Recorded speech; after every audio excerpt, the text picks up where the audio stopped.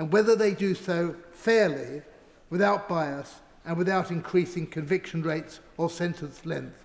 And if they do not deliver on all these points, will he think again?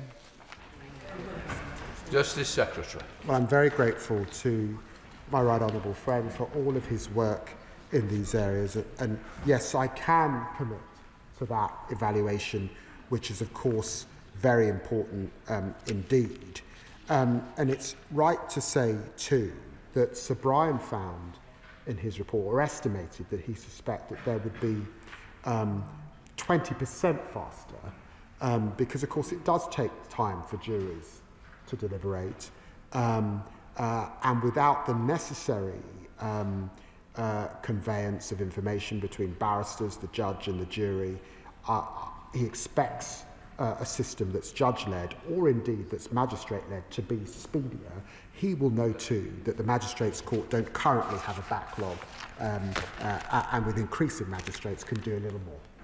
Jess Brownfield, the Liberal Democrat spokesperson. Thank you, Mr. Speaker. The announcement today of the Government's plan to reduce the use of trial by jury would be an historic upheaval of our court system with profound consequences.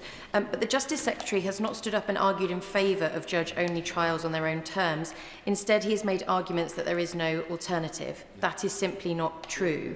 We have heard many within the legal profession argue that removing trial by jury is a misdirection for the multitude of problems that are actually underlying the backlog. These problems, caused by years of Conservative mismanagement, have resulted in countless wasted hours of sitting times, and victims failed time and time again. Perhaps the defendant does not arrive in court due to the broken private contracts. There is no interpreter. Maybe the witness care unit forgets to tell witnesses to attend, or key evidence isn't served until the day of trial, so the defence has no time to consider it, or there's not enough court staff to manage the security on the door and the trial runs late. Or our crumbling court infrastructure results in no running water, a broken lift, even flooded courtrooms. So we do need a real solution to tackle these issues which plague our justice system. But instead, the Justice Secretary intends to remove a huge number of jury trials despite his own previous opposition. All while the Ministry of Justice capital budget is being cut by 3% in real terms every year. So while I absolutely welcome the £500 million investment in victims and witness support over 3 years, the total courts maintenance backlog is estimated at £1.3 billion. So can I ask the Justice Secretary, where is the investment to fix the collapsing infrastructure in the justice system? And will he consider reopening many of the Crown Courts closed under the Conservatives, including mine in Chichester?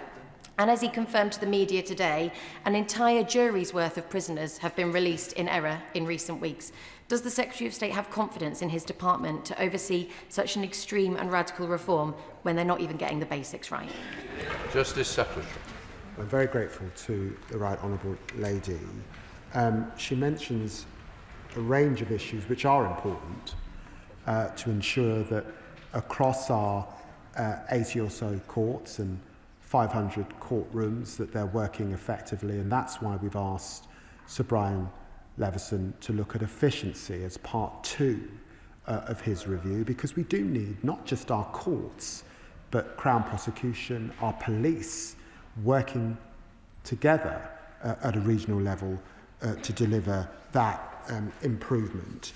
I would just say to her that when we're thinking about those either way cases, I do think it's legitimate for the government to take a view on, for example, whether a driving licence fraud or fly tipping or the theft of a bike requires a jury trial, which will last 2 days, let's say, or actually it can be dealt with by a magistrate or by a judge.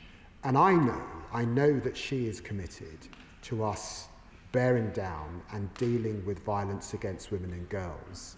And it can't be right that if you're charged with an offence like the theft of a bicycle, theft from a vehicle, theft from an employee, that you can opt for a trial, and by necessity that goes into the system and will delay a rape trial, a murder trial or something else. That's the balance of decision that I've sought to make, and I think it's why the government has made the right decision, implemented Sir Brian's reforms. Dame Diana, Mother of the House. The entire House is concerned about victims, including attacks on women and girls. But the entire House is also concerned about the men and women who will undoubtedly suffer miscarriages of justice if the right to trial by jury is curtailed. And I would quote from a lawyer: "The right to trial by jury is an important factor in the delicate balance between the power of the state and the freedom of the individual. The further it is restricted, the greater the imbalance." That lawyer is our current Prime Minister. He wrote that in 1992. It was as true then as it is true today. How can the Chancellor stand up and propose a limitation of the right to trial by jury when he knows perfectly well the category of defendant who will suffer the ill effects of that? Justice Secretary. Can I say I'm very grateful to my right honourable friend, and I'm hugely grateful for her expertise in these areas. She will know that for lots of reasons to do with poverty particularly, many women are affected by by criminal cases that don't actually command a sentence of much more than 12 months. Actually, the vast majority of crimes committed by women are dealt with by magistrates. And it's my judgment that they could do more. And I do say, in keeping in mind the victims particularly, it cannot be right that we're asking women to wait. That in a city like London, if you are raped tomorrow, the listing will not be until 2028 or 2029.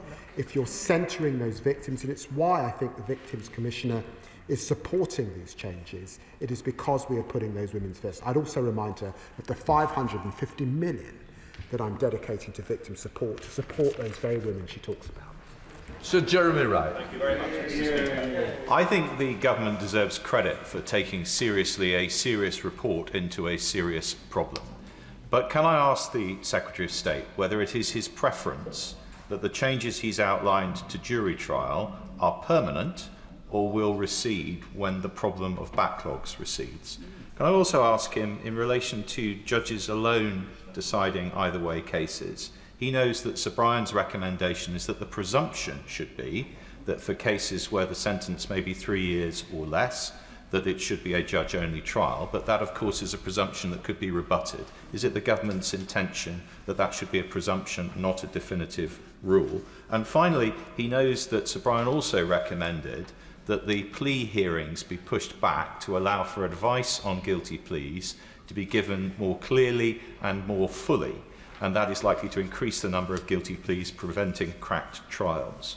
In what he's said about extra funding for the criminal bar, will he focus that funding so that people can be advised early and we can avoid those cracked trials? Justice Secretary. We will consult on how we implement that so we can deal with those cracked trials. I'm pleased that he recognises the importance of Sir Brian's work and his deliberations with his panel,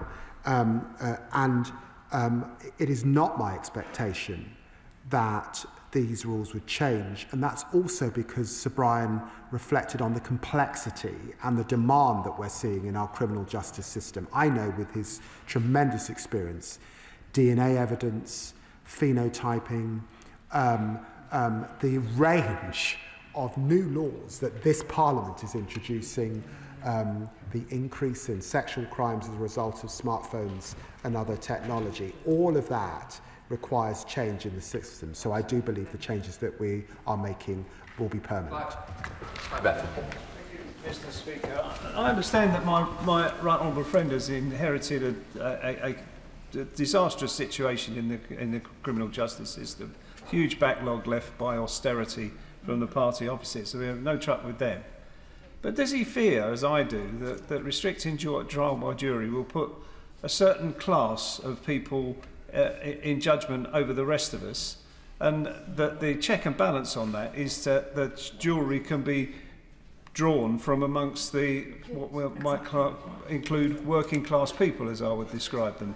Does he fear that we're going to create an us and them in the criminal justice system by taking away people's right to go to trial by jury?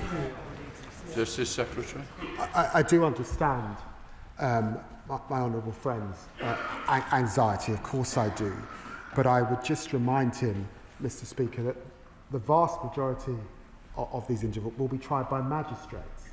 And that historic system that we've had is actually an aspect of that Article 39 Magna Carta right which is being tried by your peers, because they are people that live in every neighbourhood in our country and volunteer their efforts very importantly.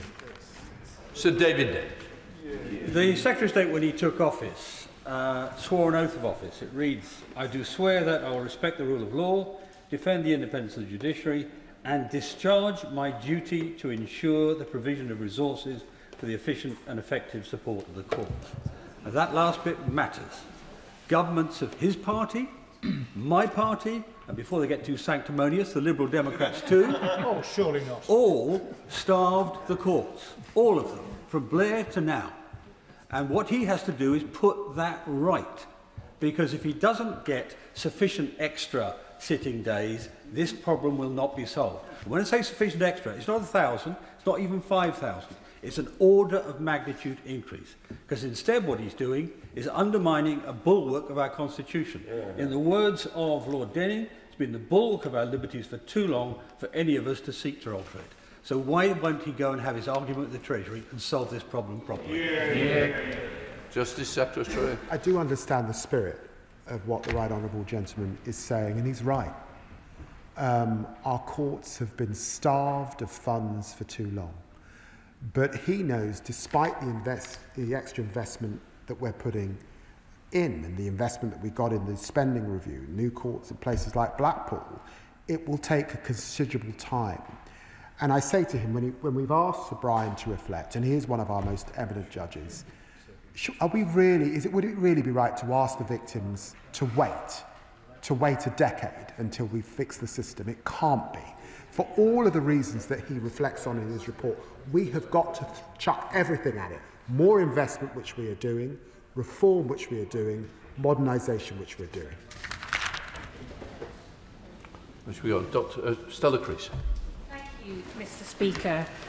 Any of us who have supported a constituent who is in a rape trial will take no lectures from the benches opposite about how they managed our courts. There is clearly a challenge here. I think the worry for many of us is whether the Justice Secretary's own prescription is the solution, because as he points out, juries are involved in less than 3% of all criminal cases. So it is difficult to see how this measure, with all the challenges that it may bring for justice and fairness, particularly for some of our minority communities, will address that backlog. Lord Leveson himself pointed out increasing sitting days wouldn't be a solution unless we had the barristers as solicitors. So can he make a guarantee that there will be the funding for the legal aid that is required to ensure that every defendant has decent representation?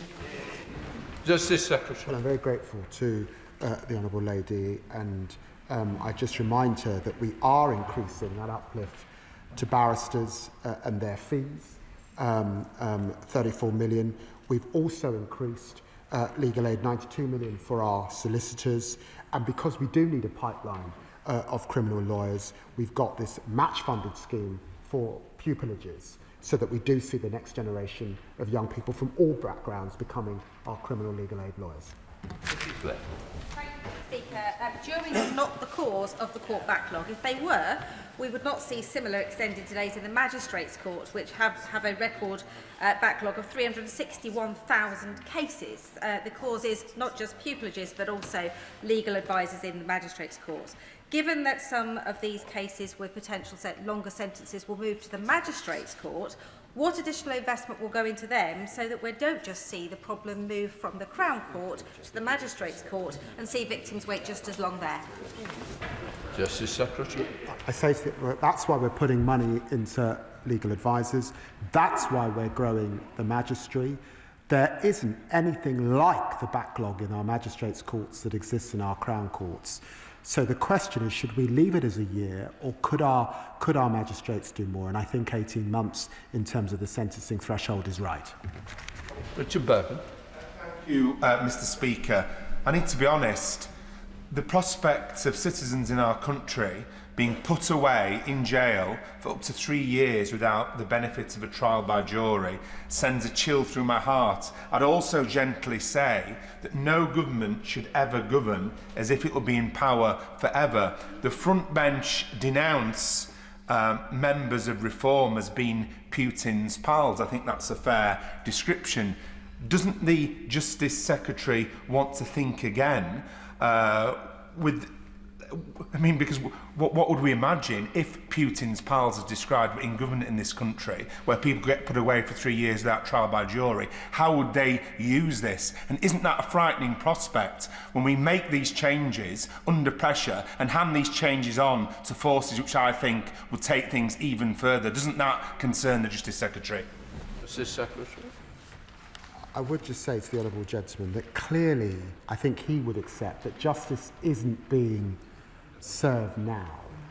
And I simply would not equate either our magistrates or our independent judiciary to anything like what we see under Putin's Russia. Dr. Neil Shasrihat. Thank you very much, Mr. Speaker. Nobody would disagree with the Lord Chancellor's diagnosis. The criminal courts are in crisis. It's the treatment that is in dispute. And the question is whether the watering down of jury trials will be the solution, when in fact it's a lack of judges, it's a lack of court space, it's a lack of infrastructure and inefficiencies in the system, and crucially it is a lack of appropriately trained defence and prosecution counsel who can deal with the complexities of these cases. Is this not a case, Mr. Speaker, where the government have chosen to prioritise other areas of spending, such as welfare, over our court system? Justice Secretary. I just say to him that his party didn't come up with any solutions, and the backlog continued to rise. We commissioned an independent review led by one of the country's most eminent judges, and we are now, having reflected on that review, getting on with the business of recognising what he said, which is there is not a silver bullet, we have to do it all, and we are building on the reform he asked us to do. MacDonald.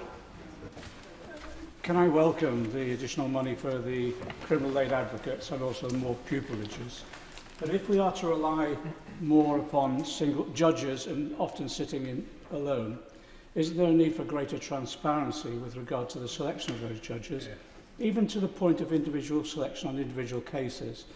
I've written to the Secretary of State this morning on behalf of a number of our members about a particular instance of a disappearance of a judge. I'd be grateful if we could read that letter, and possibly we could meet with a group of MPs concerned about this matter. I will read that letter and commit to myself for the Minister of State meeting with him and the MPs. And he's absolutely right. Transparency is core. And when I looked at this in the Lammy review, I was very concerned that too often what happened in our magistrates' court, what happened in our Crown Court, there were not the transcript, it was not easy. And that is absolutely part of what we are now investing in, particularly with AI as technology, and we will be coming forward with. Liz Sutherland. I rise as the co-chair of the Justice Union's parliamentary group. Carnarvon Justice Centre is only 16 years old, but the roof leaks when it's raining and the heating doesn't work. So I'll list some of the root causes why criminal courts are processing fewer cases. High workloads, staff shortages and inexperience, poor administration, crumbling buildings. So how does he think that undermining one of the basic tenets of English and Welsh law is going to be a solution to those problems? Justice Secretary. Well, can I refer her to paragraph 9 of Sir Brian's review, where it says, it is important to underline that greater financial investment on its own, without systemic reform, cannot solve the crisis. We are investing. It will take time. It's not fair to ask victims to wait. Lindsay Farton. Thank you, Mr. Speaker. Mr. Speaker, I spent 2 decades working on the front line in the criminal justice system, and I can tell you now, this is a crisis that has been building for years and years and years. I spoke to one of my former colleagues today to ask him how things are, and he said, something has to be done. The backlog and delay is distorting the justice system, and people need to wait so long for justice that defendants are pleading not guilty in the hope that the case ends up being considered not in the public interest. Meanwhile, the public, victims and witnesses pay the price. Justice delayed is justice denied. My former colleague is there right now working on the front line in the criminal justice system. So let's support those people working on the criminal justice system, and let's support our victims of crime so that they get justice quickly and fairly. And please be bold is my request to the Minister, and thank you. Justice Secretary. I'm very grateful to the Honourable Lady who puts her remarks so well. Let us be clear that there are defendants gaming and playing the system. And if we continue to allow them to do that, it is victims, vulnerable victims, who pay the price in the most serious offences in our country. That is why it is not just about financial investment. It has to be about reform. And I'm determined to see this through. Very grateful. Thank you, Mr. Speaker. Sir Brian Leveson made a number of recommendations in his report to reduce the Crown Court backlog, many of which are welcome, but curtailing the right to a jury trial is not one of them. So will he instruct his department to publish the modelling they will have undertaken, so we can see how much effect each individual recommendation will have in tackling the backlog, so this House can take a view on its efficacy before we vote on his legislation? I cannot say that there will be an impact assessment at the point of legislation, of course. Cox. Thank you, Mr. Speaker. The governance of jury trials has changed quite considerably over time, dramatically so in the 19th century and again in the 1970s. In both cases, in order to enhance and improve public access to justice. Would the Lord Chancellor agree with me that if our traditions, including our legal traditions, are to endure, they need to adapt? Yes, Secretary. She's absolutely right. Demand is soaring. We're asking our police to arrest more, quite rightly. All of us know. Smartphones, DNA, phenotyping so that you can tell if someone's got what the colour of their eye is, all of this stuff increases the workload. We have to reform the system, or we will break it. Ray Matthews. Thank you, Mr. Speaker. Justice delayed is indeed justice denied, but we have a proud history of juries in this country. So if juries are to be suspended for cases where less than 3 years, 3-year sentence is expected to clear the backlog, will this just be for a limited time? And when will normal jury service be resumed? Thank you. For the reason of complexity that Sir Brian sets out, and because actually passing legislation means that we can only see the numbers starting to fall, I think, by the next general election, no, this change has to be permanent. Andy Backnall. Mr. Speaker, given that the Bar Council has said it has seen no evidence that removing the right to elect a jury trial will significantly reduce the Crown Court backlog, and both the Bar Council and the Criminal Bar Association state that the real cause of delays is years of underfunding and reduced sitting days, can the Minister explain why the Government is pursuing the removal of jury trials without publishing any modelling to show that juries, rather than chronic under-resourcing, are responsible for backlogs? Will the Minister release the evidence base underpinning this proposed reform? Impact assessments after the reform is made will be too late. Justice Secretary.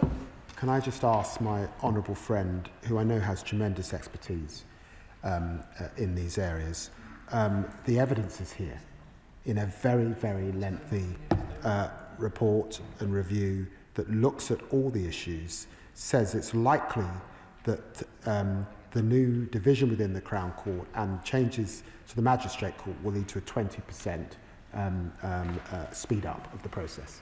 You Batty. Thank you. Mr. Speaker, the idea that you have to scrap jury trials to save jury trials is simply farcical. 800 years of legal frameworks are being upended, not to save backlogs, it's not to save money, but it's a reframing of rights and where power lies, taking power away from the people. Does the Lord Chancellor agree? Does he accept that jury trials, having your peers judge you, it protects the vulnerable and enables fairness? And in fact, this decision, as the Mother of the House said, will actually increase the risk of miscarriages of justice. Justice Secretary. I say to the honourable gentleman, our criminal law cannot just be set in aspic. The system that we have now largely came about as a result of legislation in 1971. Just prior to that, this House outlawed homosexuality. It was only in 1991 that we outlawed marital rape.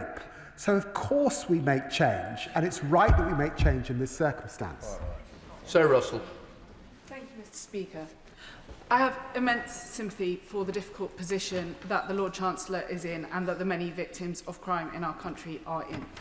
There are, however, a category of offences relating to the right to protest, and the right to protest has been restricted by multiple governments over time. It is very important that we maintain the involvement of jury trials within anything touching on that area.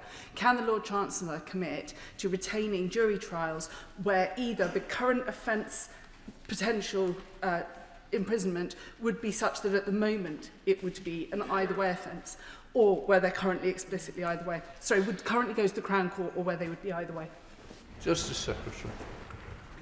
Well, I recognise that in that category of those who are sentenced to beyond 18 months that would now sit with the magistrates and up to 3 years, there will be a range of cases. But I do believe that determination now must be left to our magistrates and judiciary to make that appropriate determination. Lockhart. Thank you, Mr. Speaker. Mr. Speaker, we are supposed to have a legal system in which we're proud of, and the purpose of jury service is to ensure fair and impartial justice system. Whilst there are dire backlogs in terms of Crown Court hearings in England and delays too in Northern Ireland, would the Lord Chancellor consider other options, such as a full funding of resources to address backlogs, as opposed to removing a civic obligation that people in this country believe in and have upheld for a fair judicial system? Secretary. Well, can I say to the right honourable lady that the evidence is here, this is an independent review, and I just read her what Sir Brian says once again. It's important to underline that greater financial investment on its own, without systemic reform, cannot solve this crisis. Nadia Whittle. Thank you, Mr. Speaker. I firstly welcome the £550 million investment in victims, but a trial by jury of your peers is a cornerstone of the criminal justice system in this country. Court backlogs are a serious problem, I know that firsthand, but the evidence shows that this is because of issues like a chronic lack of funding rather than the use of juries. Surely the Secretary of State can see that it would be a grave error to erode a principle that has stood the test of hundreds of years, that is widely regarded as producing the fairest outcomes, including by his own 2017 review, all for time and cost-saving measures that might in practice save neither time nor cost. Justice Secretary. Well, I recognise the sincerity with which the honourable lady, my honourable friend, puts her remarks, but I would say to her that I really reflected on what Sir Brian said. There is no silver bullet here. I do not suggest that the changes we're making to threshold in relation to jury trial will fix this entire problem. It will take more investment, that's what we're doing. It will take modernisation, particularly in relation to transcript and audio, but it will also take reform. And we have reformed the criminal justice system in the past. We can do that again in a way that is fair and right for everybody. Mahendra. Thank you, Mr. Speaker. In the event a volunteer magistrate makes a mistake and jails someone for 2 years, now that person's automatic right to a rehearing is removed, can the Justice Secretary confirm whether he believes this is efficiency or just easier wrongful imprisonment? Justice Secretary. Of course you would get permission to appeal where the circumstances legally correct. Of course you would. Render Jess. Mr. Speaker, I welcome the proposals being made to tackle the court backlogs and the delays, and the previous government did nothing to address this. But can the Secretary of State please confirm that this government will preserve the sanctity of jury trials, but the changes relate to only some of either way offences, which are considered to be less serious and can therefore be properly dealt with by magistrates who already deal with 90% of criminal cases? Justice. Yes, I can. Very grateful. And I'd want to confirm, for every victim of a crime, it's serious. But the decisions that I'm making from the dispatch box are about length of sentence, asking our magistrates to go up from 1 year to 18 months, and asking this new division within the Crown Court to deal with 18 months to 3 years. Thank you, Mr. Speaker. Does the Secretary of State not agree that his policy to abolish trial by jury in all but the most serious of cases undermines the whole foundation of law and order in this country and risks the further politicisation of our judicial system, with judges acting alone as the state and no longer being held to account by the people in the form of a jury? Secretary of State. No, I do not. Catherine Atkinson. Thank you, Deputy Madam Speaker. Victims are waiting for years to be able to see their cases go to trial. Christmas after Christmas, unable to heal or move on. The backlog at a record 78,000 cases, and a backlog that was growing under the Conservative government before the COVID pandemic. Does the Secretary of State find it as galling as I do, the hypocrisy and faux outrage of the Conservative opposition, that reform is needed to clear up the mess they made of our criminal justice system? Secretary of State. She puts it very well, and as I said, I was worried that the Shadow Justice Secretary did not mention victims at all in his statement. He did not talk about their record in office. There's been a lot said about further investment, but effectively behind those questions is that we should ask victims to wait another decade while that investment. I don't think we can do that. Sian Berry.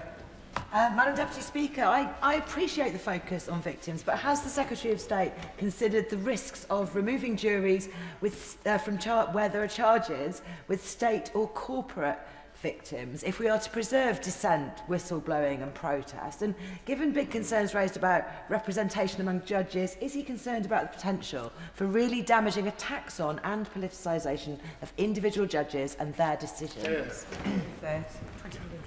We have got to protect our judges, and there is an increased climate in which judges are concerned about their security because of statements, some of them from this House, that would undermine the independence of our judiciary. Kim Johnson. Thank you, Madam Deputy Speaker. The proposed new SWIP courts will mean decisions regarding guilt will be made by judges alone, who have had sight of inadmissible and potential prejudicial evidence. So, can the Secretary of State give assurances that judges' decisions are not influenced by inadmissible evidence, bearing in mind the significant consequences for both victims and defendants involved in cases no longer eligible for jury trials? And if this policy goes ahead, will he consider a non-extendable sunset clause? I'm very grateful for the question, and I will reflect on the evidence point that my honourable friend makes. I've said that I don't believe that a sunset clause would be right in this area because of the demand and the complexity that Sir Brian also refers to, and frankly because legislation will take some time. I hope to see the backlog reducing by the next election, but I do believe these changes have to be permanent. Martin Vickers. Thank you, Madam Deputy Speaker. Tony Blair's administration brought in similar proposals and was eventually forced to abandon them thanks to opposition both within this House and beyond. The same appears to be, the coalition of opposition appears to be building up yet again. reflecting on the reply that the Justice Secretary has just given, could I urge him to reconsider the sunset clause as being the only way that he might actually get this proposals through the House? Can I just say to the honourable gentleman, you know, when I had come out of practising at the beginning of the Tony Blair period, the cases were not anywhere near what they are today. There wasn't a backlog. I mean, cases could come on within a year. So very, very different circumstances. And we did not commission a lengthy review to look at all of these issues in the way that we have today. So it's a vastly, vastly different set of circumstances. Thank you, Madam Deputy Speaker. In September, I attended a roundtable meeting with CSE survivors, which was hosted by the Mayor of West Yorkshire. And one of the key issues they raised was the delays that they are facing in court proceedings. It is unacceptable that perpetrators aren't being brought to justice more quickly. So can I welcome these reforms, but can the Justice Secretary set out how we will make sure that those court delays are reduced as much as possible and that perpetrators are brought to justice as quickly as possible? Well, I'm very grateful to my honourable friend, and she's absolutely right that it's in implementing those recommendations, it's in moving, I hope, to legislation as soon as we can. The continued investment in the court system is important. The Concordat and my obligation to get to more sitting days is of course important. Modernisation and the use of AI and technology across our court system and modernising our courts is very important. And of course this is, you know, the discussion today is about our criminal court, but we also need investment in our civil courts and our family courts as well. Thank you, Madam Deputy Speaker. I begin by firstly making reference to marriage to interest as a practising barrister and a law firm owner. Our centuries-old right to jury trial is not an ornament of the past. It is the living example of a fair trial, the safeguard that ensures no citizen is judged except by their peers. It is the cornerstone of our legal heritage and the bedrock of public confidence in criminal justice. It must not be curtailed for administrative convenience. And let us be clear, curtailing jury trials won't cut the backlog. And if it does, it will simply shift that backlog straight back into the appeal courts. So why has the government chosen not to prioritise court capacity, judicial recruitment and proper case management reform, but instead chosen to curtail jury trials? We're doing all of it, I would say, and I have huge respect for the honourable gentleman and his experience as a criminal practitioner. And let me say, of course, I've heard a lot of messages over the last few days from friends of mine that are at the bar or are criminal legal aid solicitors. Change is hard, but the responsibility of the government is to look at the whole system, to look at all that has been said, and to centre victims. And I'm not hearing, really, from the Chamber, for those who oppose what we're doing, what else? What I am hearing is more money might fix this problem, Well, Sir Brian's been clear, investment alone will not fix this problem, and it's not acceptable to ask victims to wait another decade for that investment to kick in.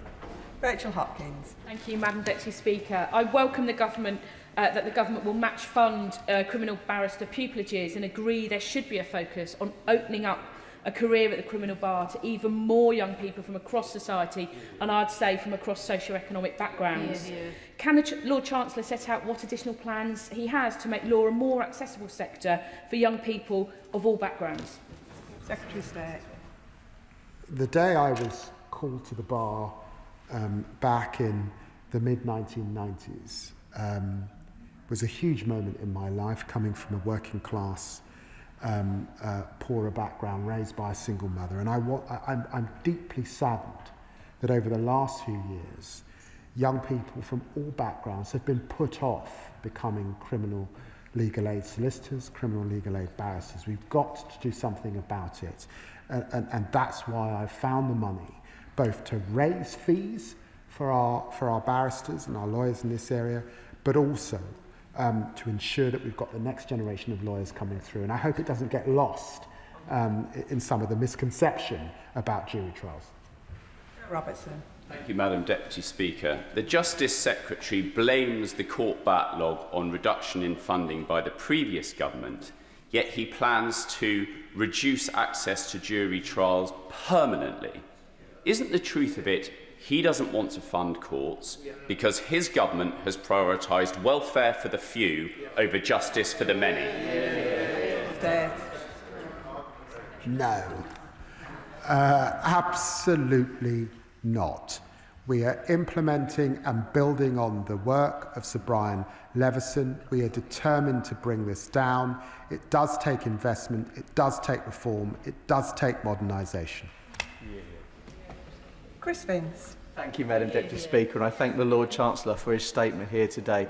Residents in my constituent Harlow are rightly concerned about the court backlog. Waiting 6 years for justice is not justice. Can the Lord Chancellor confirm that these changes they will bring down the court backlog, and can he reassure us that actually those major crimes that he spoke about will still face a trial by jury? Secretary of State. I can confirm that the jury system remains the cornerstone of our system and must do for obvious reasons. I do want to see the backlog coming down, but this is a mountain to climb, and that's why I've said I want to see reductions by the next general election. But the trend at the moment is upwards, and that's why we've got to throw everything at it if we're going to solve this problem. Will Foster. Thank you, Madam Deputy Speaker. I've previously raised the case of my Woking constituent, Danny, who is a victim of grooming and sexual abuse. She is having to wait more than 6 years for justice.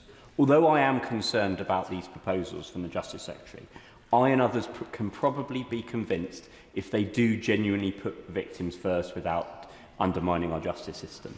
So to do that, to persuade me, please will the Justice Secretary agree to publish the impact assessment in full and let the Select Committee for the Justice team fully scrutinise these proposals before the bill is introduced? Well, as you would expect, of course there'll be an impact assessment at the point of legislation and the full scrutiny of these proposals, both in this place and in the other place. I would just say to him, listen to victim voices today. Listen to our victim commissioners. Listen to those groups that support victims. They are supporting these proposals because they know that combined, not just unilaterally, but combined, they are the best attempt that we've got to recalibrate and bring the system back to where it should be. Robin Swan. Thank you very much, Madam Deputy Speaker. Justice has devolved to Northern Ireland with the exception of the regulation of non-jury trials. On the 9th of June, a Northern Ireland minister in a committee of this place on the extension of non-jury trials in Northern Ireland actually said, the Secretary of State has asked officials over the next 2 years to examine how Northern Ireland could move away from those provisions, being non-jury trials. Is that still the government's mind? Secretary of State. Well, Northern Ireland, of course, is in a special and a unique position in relation to this issue, and I'm happy to get the appropriate minister to meet with him and any colleagues to discuss these issues. Alison Bennett. Thank you, Madam Deputy Speaker. I'm hoping for the avoidance of doubt that the Justice Secretary can rule out any changes to inquests with the jury which are required when the deceased has been detained by the state. These inquests are also subject to agonising delays for bereaved families. Given those delays, can he set out what plans he has to address backlogs in the Coroner's Court? Well, I'm very grateful for the question, and I can rule that out, and happy to have the Minister discuss what we're doing in the Coroner's Court with her. Ayub Khan. Thank you, Madam Deputy Speaker. Can I declare an interest as a practising criminal barrister? Before the Justice Secretary tears up Clause 39 of Magna Carta, which guaranteed that no free person shall be imprisoned except by the lawful judgment of their peers, I asked him to consider only a few weeks ago I was in the Crown Court in Birmingham where a matter was delayed and adjourned because we didn't have courtroom availability. So eliminating juries will not solve backlogs in the way he describes, but it will erode public confidence in the very principles that have protected our justice system for over 800 years. So I accept justice delayed is justice denied, but I'm sure the Minister will also understand justice must not only be done, but must be seen to be done, and that can only be done by juries. Hear, hear. Well, I note he accepts that justice delayed is justice denied, but then doesn't come up with a solution. Does he respect Sir Brian Leveson and his work? Does he recognise that it's important that we do reform the system so it's fit for purpose and fit for the next generation? Does he accept, he must accept, as a criminal practitioner, the huge demand and the changes that we've seen in criminal practice since I qualified as a lawyer 30 years ago? Of course he does. Jim Allister. Madam Deputy Speaker, having spent my professional life practising in the criminal courts in Northern Ireland, where we have had both jury trials and non-jury trials to deal with terrorist offences, I must say to the Justice Secretary that whatever the intellectual capacity of a judge, they do not have the practical life experience collectively of 12 jurors. And it is that which brings superior credibility to a jury verdict. Yeah. So could I suggest to the Justice Secretary that to dissipate juries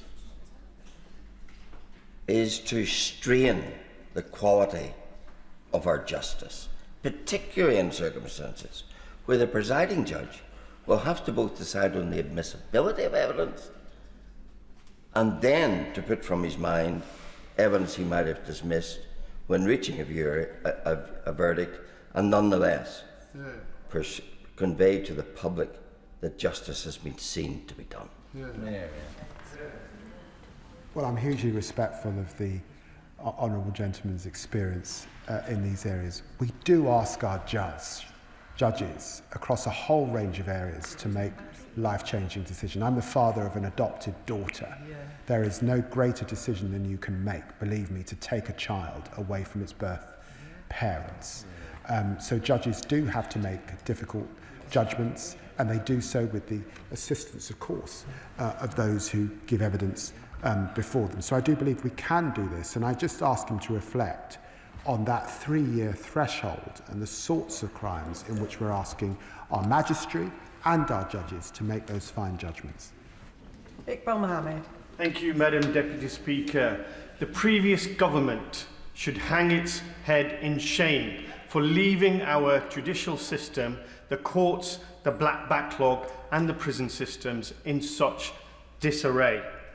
A 2022 survey of 373 legal professionals conducted by Barrister Keir Monteith KC and the University of Manchester found 56% of respondents had witnessed at least one judge acting in a racially biased way towards a defendant, while 52% witnessed discrimination in judicial decision-making, concluding that there is institutional racism in our justice system. Given the Justice Secretary now seeks to remove juries, does he foresee greater injustice, prejudice and racial discrimination in our courtrooms? And what steps is he taking to tackle the existing and likely increase in institutional racism? The honourable gentleman knows that the previous Prime Minister David Cameron and Justice Secretary Michael Gove asked me to conduct the Lammy review. And in that review, I did recommend that training, which was not happening in the way it should happen, and it's now happening. I was concerned about the diversity of our judiciary and our magistracy. That has improved, more to do. But say in London, 31% of our magistrates are now from an ethnic minority background. And of course, it's also important that in the changes that we're making, we will now get the judges' reasoning, which of course lawyers like those on the backbenches can challenge. Where you've got a jury, you don't get the reasoning. And I think that is important as we look at these issues of accountability. Madam Deputy Speaker. Point of order, Dr. Kieran Muller. Thank you. During the questioning, the Justice Secretary referred to the Victims Commissioner supporting these proposals. I wonder if the Justice Secretary would be able to clarify the record. The Victims Commissioner sadly passed away a number of weeks ago and cannot possibly have seen these proposals. I wonder if the Justice Secretary was referring to the incoming Victims Commissioner who starts in January, but her statement released today makes no reference to the Justice Secretary's proposals on changes to jury trials. And I wonder if he might have inadvertently misled the House or about that. That is not a point of order for the Chair, but the Secretary of State wants to respond. Well, just to clarify, I did discuss these proposals with the incoming Victims Commissioner, and today there was a violence against women event held at number 10 with many victims' organisations, and of course with them and with my colleague, the Minister of State, who's in her place, who will make the next statement, there is wide welcome of these proposals. That concludes the statement. And before we move on to the next statement, I have to notify the House, in accordance with the Royal Assent Act 1967, that the King has signified his royal assent to the following acts: Public Authorities Fraud, Error and Recovery Act 2025, Property, Digital Assets, etc. Act 2025, Animal Welfare, Import of Dogs, Cats and Ferrets Act 2025, Border Security, Asylum and Immigration Act 2025. We now move to the next statement. I'll just give a few moments for the front benches to swap over. Every time.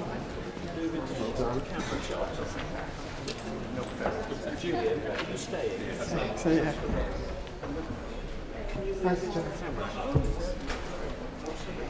Statement, Minister Jess Phillips. With permission, Madam Deputy Speaker, I would like to make a statement on the Angelini inquiry. I cannot begin anywhere else than by acknowledging the abhorrent crime that led to the establishment of this important inquiry in the first place. Sarah Everard's murder by a serving police officer was a betrayal of trust so wretched that it defies belief. None of us will ever forget the collective sense of sorrow, outrage and revulsion that swept across the country in the aftermath. There were far-reaching implications for policing and the public's confidence in those who are meant to serve and protect communities. And let us always remember that this began with a young woman losing her life. A beloved daughter, sister and friend gone because of an act of pure evil.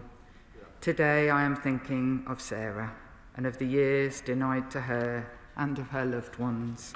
They are in all of our hearts, as are the other victims of violence against women and girls who have lost their lives.